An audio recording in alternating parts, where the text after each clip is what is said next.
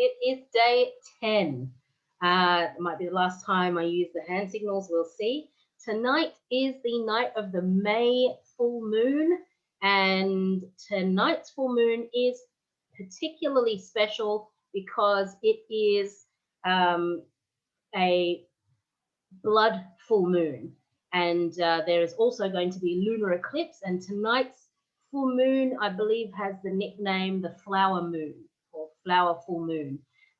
It is the closest the moon will come to the earth this year. So after this, I'm going to go out and have a look and see what I can see. Hopefully a nice big bright very close moon. I do love the full moons. There's symbology about utilizing the full moon. It's not just symbology, but energy in the air, that you can focus that energy into projects that you want, and you also hear about people that perhaps that energy that arises kind of makes things go a little bit haywire, and some say is the source of the werewolf stories and lore, or whatever you might believe about that. So we'll go out and have a look. What I wanted to talk about tonight is leverage. Leverage in the context of pursuing and achieving goals and outcomes, and how to utilize that for myself. I'm speaking for myself here. So I had a quick look at the Cambridge Dictionary in particular to have a look at the exact definitions, and there are several definitions for leverage, including financial definitions, but the ones that are in the context of how I am using the word, or using leverage itself, the concept, is leverage is the power to influence results, and also to use something you already have in order to achieve something new or better. So those were two different definitions, but I thought worked really nicely together in regards to using something you already have, the resources you already have, in order to achieve something, better or progress, and to influence the results of you getting what you want, you getting what your goals are. So in particular, one of the ways to attain leverage on oneself to move towards a goal and move away from what we don't want is to ask questions. This is something that I learned from Tony Robbins, quality questions, and several people use questions, but where I really learned the tool, questions as a tool, was Tony Robbins. So asking yourself in particular, what's the benefit of working towards that goal, or having the value of that goal, or having the goal in the first place? What's the benefits of that? And what's the costs of not taking action towards those goals in your life? So the benefits of, for that in the context of what I'm using for taking care of my health, losing weight, getting fitter, getting stronger. What's the benefit of exercise, let's say, is one thing. The benefits would be I feel better, I'm lighter, I can do more, I can breathe, well, at all, but build up my cardio strength, build up my muscular resistance, and just enjoy life. I really enjoy being in the outdoors, being in nature, and I just, when I'm lighter and fitter, I just enjoy it that much more, because I'm not concerned with the heavy breathing and, oh, I need to stop for a break, and I don't know if I can do that because I'm heavier than I'd like to be, in order to try things like or things I've done in the past are rock climbing and abseiling, etc.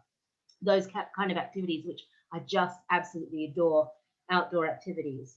And then what's the cost of not getting fitter would be the other side of that coin.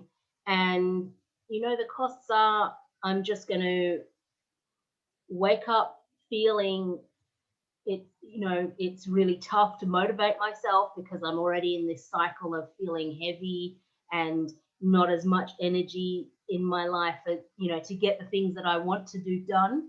I feel embarrassed. I feel humiliated when I, can't do up the buttons on my trousers.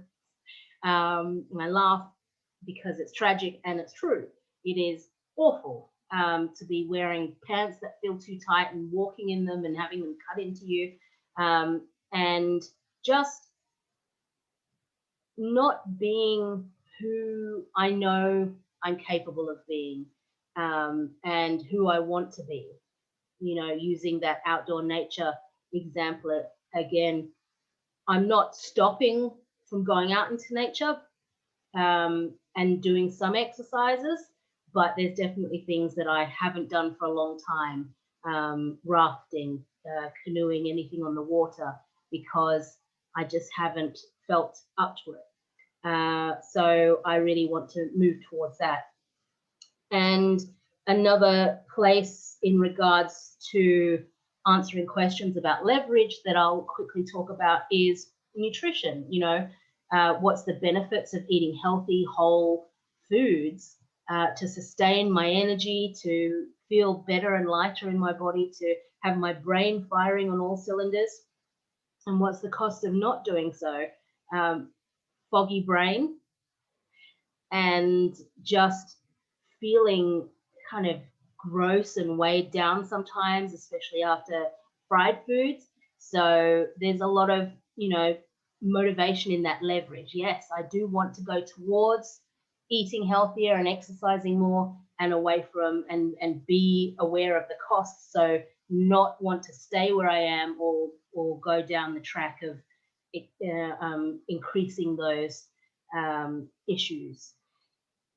The thing to be mindful of with leverage that I found, and I think in the past, is if you create too much painful leverage, like, being unkind, because that seems to be a tendency for people, and I'd certainly say a tendency for myself, to have more painful leverage than positive, beneficial leverage, is that in the past, it just overwhelms me, because it just feels so awful. Like, oh yeah, there's a lot of costs and it is terrible, and how could I have done this to myself? And I've got so much, so far to go, and I just tend to shut down. So that's something to be aware of with leverage, is to make sure you've got some really great, positive, juicy leverage to move towards, that pulls you towards it, and that you're also inspired to you're magnetized towards it.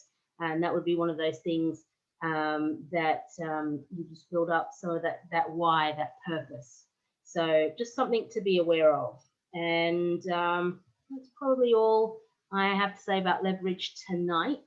And yeah, I'm going to go check out that super blood moon, flower moon, see what we've got out there. Take care. Bye.